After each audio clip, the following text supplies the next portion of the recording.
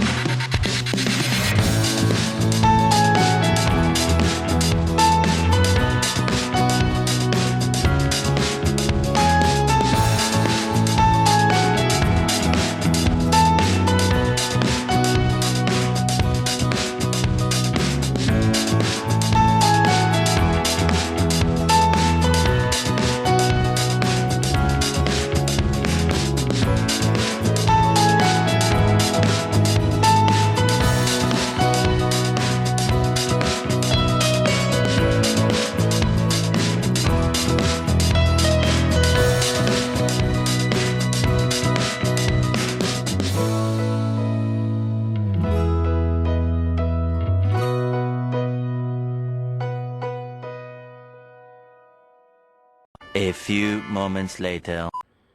Alors, dans l'épisode 17, je vous avais parlé du fait que j'allais très certainement rapidement faire la résine. Mais en fait, il faut que je fasse quelques petites choses avant de faire de la résine. Notamment, vous avez vu, là, j'ai appliqué de quoi préparer le sol avant de mettre l'alpage. Et du coup, ça va repousser un petit peu le temps où je vais faire la résine, ce qui me laisse un peu de temps aussi pour faire des tests à côté, parce que c'est vraiment un matériau que je n'ai jamais utilisé. Donc je veux, avant de le faire sur site, faire quelques petits tests au préalable.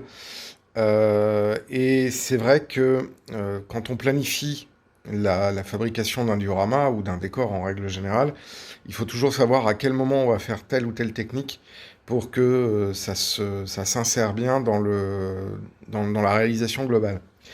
Donc, c'est vrai que là, le fond du lit de la rivière enfin du torrent plutôt, est pratiquement terminé. Je vais peut-être encore rajouter deux trois bricoles, mais vraiment de façon très anecdotique. Mais la question, c'est de savoir effectivement, est-ce que je pose ça avant ça? Qu'est-ce que je peux me permettre de faire autour déjà en attendant? Et aussi, par rapport au bâtiment, qu'est-ce qui est nécessaire d'être posé avant de poser la résine ou est-ce que je peux le poser après? Donc par exemple, je me suis rendu compte que j'avais besoin de poser tout ce bloc-là pour pouvoir commencer à faire la décoration parce que comme je vais avoir de la résine qui va s'insérer à cet endroit-là, bah, j'avais besoin de faire la décoration parce que si je l'aurais fait au-dessus, ça aurait été un petit peu moins réaliste. Donc du coup, j'ai été obligé vraiment de traiter ici. Donc du coup, bah, j'ai fait cette partie-là. Ce qui fait que quand je traite cette partie-là, je me dis, ah bah, je vais peut-être commencer à faire aussi ça. Donc voilà, donc c'est toujours un petit peu délicat quand on établit son planning de réalisation pour faire les choses dans le bon ordre et que ça puisse bien s'insérer dans l'ensemble du décor. Là, vous avez vu, j'ai appliqué l'herbe statique ici. Je ne vais pas faire les buissons ni poser les arbres. Parce que comme je vais devoir remettre le diorama à son emplacement, toutes ces installations-là, elles seront faites directement sur site, à l'endroit définitif où il sera.